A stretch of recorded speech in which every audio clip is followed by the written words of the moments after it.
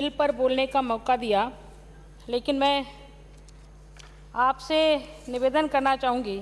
हमारे विधानसभा के अध्यक्ष महोदय स्वयं कॉलेज एजुकेशन से आते हैं, विश्वविद्यालय से आते हैं, प्रोफेसर हैं, लेकिन उसके बावजूद उनकी अध्यक्षता वाले इस सदन में ऐसा बिल लाया जाए तो मुझे लगता है कि इससे ज़्यादा शर्मनाक कोई बात हो नहीं सकती।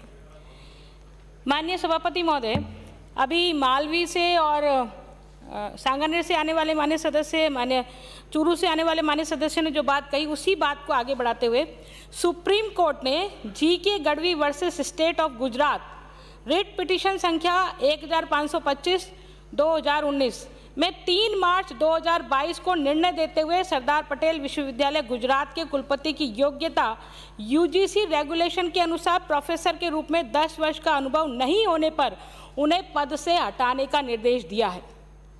तो क्या ये सरकार भी चाहती है कि सदन का जो जनता की गाड़ी कमाई का पैसा है, जिससे सदन चलता है, जिससे सदन में पैसा भी लगता है और समय भी लगता है, वो खर्च करके और वापस उसी स्थिति पर लाया जाए? इस प्रकार का बिल लेकर के क्या संदेश देना चाहती है? मैं सुप्रीम कोर्ट के निर्णय को आगे बताना चाहती हूँ कि सुप्रीम कोर्ट ने निर्णय देते हुए ये रेखांकित किया है कि यूजीसी अधिनियम 1956 की धारा 26(1)(e) और 26(1)(g) के तहत शक्तियों का प्रयोग करते हुए यूजीसी द्वारा यूजीसी विनियम बनाए गए हैं। राज्य के कानून और केंद्रीय कानून के बीच में किसी भी प्रकार की कंट्रोवर्सी के मामले में संविधान के अनुच्छेद 254 में प्रतिपादित विरोध का नियम सिद्धांत के अनुसार केंद्रीय कानून प्रभावी होगा। तो जब ये ऑलरेडी सुप्रीम कोर्ट ने निर्णय दे दिया और ये हम सबको मालूम है कि इसमें अल्टीमेटली अंततोगत्वा केंद्रीय कानून ही प्रभावी होने वाला है, फिर हम ये बिल क्यों लेकर के आ रहे हैं, मेरी समझ से परे है। इसलिए यूजीसी विनियम के प्रावधान के विपरीत कुलपति के रूप में कोई भी नियुक्ति वैधानिक प्रावधानों का उल्लंघन है। माननीय सभापति महोदय, मैं आगे आपसे उल्लेख करना चाहूंगी कि यूजीसी के मान्यता प्राप्त प्रत्येक विश्वविद्यालय का समान रूप से लागू होंगे तथा विश्वविद्यालय राज्य सरकारें इन विनियमों को अपनाने के 6 महीने के भीतर सभी संबंधित विश्वविद्यालयों से के अधिनियमों और विधियों को संशोधित करेगी। कोर्ट ने इस तथ्य को भी रेखांकित किया है कि रेगुलेशन में यह शर्त है कि संपूर्ण रेगुलेशन, सिर्फ एक धारा नहीं माननीय सभापति महोदय, संपूर्ण रेगुलेशन एक कंपोजिट स्कीम के रूप में बिना मॉडिफाई किए, ये शब्द स्पेशली रूप से लिखा है, बिना मॉडिफाई के लागू किया जाएगा। इस संबंध में यूजीसी के 11 अगस्त 2014 के पत्र को एज इट इज फैसले में शामिल किया है, जिससे यूजीसी की ओर से लिखा गया है कि भारत के राजपत्र में प्रकाशित अधिसूचनाएं मैंडेटरी हैं।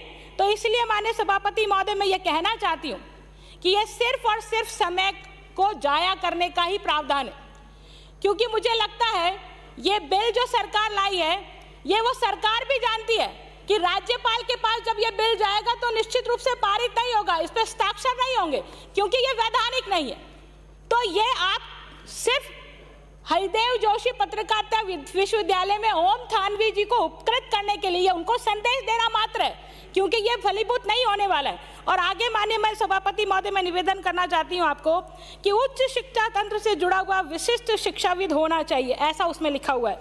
ऐसी स्थिति में उच्च शिक्षा तंत्र के बाहर से किसी पत्रकार को कुलपति के पद पर बैठाना यूजीसी रेगुलेशन और सुप्रीम कोर्ट दोनों के निर्देशों का उल्लंघन है माननीय सभापति महोदय। और ये मैं राज्य सरकार का ऑर्डर है, ये ऑर्डर है जयपुर डेटेड 19/8/2020, जिसमें राज्य सरकार ने इस सुप्रीम कोर्ट के हवाले से यूजीसी के नियमों पर सभी यूनिवर्सिटीज में लागू किया है। राज्य सरकार ने इसको अडॉप्ट कर लिया है।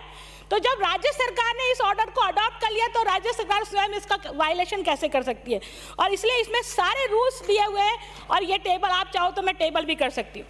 माननीय सभापति महोदय, आगे मैं आपसे निवेदन करना चाहती हूँ कि राजस्थान यूनिवर्सिटी में जेपी सिंघल साहब का उदाहरण हम ले लेते हैं। जेपी सिंघल साहब जो शिक्षाविद थे, और इसी सदन में इसी कांग्रेस पार्टी ने क्या किया था, अशोक गहलोत जी के स्टेटमेंट स्वयं वो उठा करके देख ले कि उन्होंने क्या किया था। क्योंकि वो पीएचडी नहीं थे सिर्फ, लेकिन राजस्थान विश्वविद्यालय के एक्ट में उस समय पीएचडी होना अनिवार्य नहीं था, लेकिन यूजीसी के नियम लागू होने चाहिए जब यही अशोक गहलोत जी जो माननीय हमारे मुख्यमंत्री हैं, जब ये बात उस संदर्भ में तो अलग कहते हैं, और इस संदर्भ में आप कानून में संशोधन लेकर के आ रहे हैं, आप नया कानून बना रहे हैं, ये किसी भी तरह से न्यायोचित नहीं है माननीय सभापति महोदय। और आगे मैं निवेदन करना चाहती हूँ कि ओम थानवी जी का क्या व्यवहार, एक तो याचिका का उल्लेख तो किया ही है उन्होंने, हमारे यहाँ से आने वाले चूरू से आने वाले माननीय सदस्य ने, और अहमदाबाद का मैंने उल्लेख आपको कर ही दिया। Jaipur Rajasthan high court has issued a notice to the UGC, the state government and the Vice Chancellor of Haridev Joshi Journalism and Mass Communication University. A reply has been shot within 3 weeks. सिर्फ 3 सप्ताह में उनको जवाब देना है। Petition is filed by Pankaj Pratap Singh, who has questioned the qualification on which Om Thanvi, current Vice Chancellor of the university, was appointed. और इसी तरह से माननीय हरिदेव जोशी यूनिवर्सिटी के बारे में उन्होंने लिखा है कि आपको जवाब देना है। It has been said in the petition that as per the rules of the UGC it is mandatory to have 10 years of professorship experience and PhD degree as a vice chancellor. The current Vice Chancellor Om Thanvi has neither a PhD nor than 10 years professor experience. Hence, on what ground of the appointing as the Vice Chancellor to state only journalism university, the notice was issued by the bench of Justice Mahendra Mohan Srivastava and Justice Rajasthan High Court while hailing PIL filed by Pankaj Pratap. तो ये पंकज प्रताप की PIL उसमें हो गई है, 3 सप्ताह में government को जवाब देना है, और ऐसी स्थिति में ये ओम थानवी जी कौन है? अब इनकी चर्चा की जाए तो मैं निवेदन करूंगी कि एक ट्वीट अभी फिलहाल में उत्तर प्रदेश के चुनाव के संदर्भ में ओम थानवी जी ने, क्योंकि वो एक वर्ग विशेष की विचारधारा से, एक विशेष राजनीतिक दल की विचारधारा से ताल्लुक़ रखते हैं, इसलिए माननीय सभापति महोदय उन्होंने एक ट्वीट किया, भारत का लोकतंत्र, और उसमें एक वीडियो अपलोड किया। और जब यूपी चुनाव के संदर्भ में उन्होंने ये वीडियो अपलोड किया तो एक वाइस चांसलर जैसा आदमी इतनी ओछी राजनीतिक हरकत करेंगे। बिल पे बोलिए आप, बिल पे बोलिए। बिल तो उन्हीं के लिए लाया ना, कौन नहीं जानता है इस बात को? कौन नहीं जानता है कि ये बिल ओम थानवी जी के लिए लाया गया है? तो उस व्यक्ति ने किस तरह से राजनीति का में इस्तेमाल हुए हैं, और उन्होंने यूपी चुनाव के संदर्भ में जो ट्वीट किया, और जब यूपी पुलिस ने उसका इन्वेस्टिगेशन किया तो पता पड़ा कि वो फेक ट्वीट था। तो जो वाइस चांसलर, जो शिक्षा का सबसे उच्च पद पर बैठा हुआ यूनिवर्सिटी का व्यक्ति इस तरह से कृत्य करेगा तो नीचे अपने स्टूडेंट्स को क्या शिक्षा देगा? क्या शिक्षा देगा? किस दिशा में लेकर के जाएगा? वो ठीक कहा उन्होंने कि इस पत्रकारिता यूनिवर्सिटी को सिर्फ जर्नल वो बनाना चाहते हैं, JNU बनाना चाहते हैं, और साथ साथ में JNU बनाए आप, लेकिन आपकी चाल को जो है, आप चाल इसको पूरा नहीं कर पाएंगे JNU की चाल को। मैं आपको निवेदन करती हूँ कि इस जो ये बिल आया है ये पूरी तरह से अवैधानिक है, सरासर गलत है। मैं आज आपको आश्वस्त करती हूँ कि माननीय राज्यपाल महोदय इस पर हस्ताक्षर नहीं करेंगे, इसलिए ये समय जाया ना किया जाए, और इस बिल को माननीय मंत्री महोदय आप वापस लें, और वापस लेकर के वो जो यूजीसी के रूल्स है उस यूजीसी के रूल्स के अनुसार आप लेके आए। खासा कोटि में पहले बता ही दिया कि खासा कोटि में किस तरह से, जहाँ एक भी प्रोफेसर नहीं है, जहाँ स्टूडेंट्स बहुत कम हैं, क्या क्वालिटी होगी? हम तो क्वालिटी की बात करते हैं कि हम क्वालिटी वाली शिक्षा देंगे, ऐसी स्थिति में क्वालिटी तो बहुत दूर तक पता नहीं कहाँ छूट गई।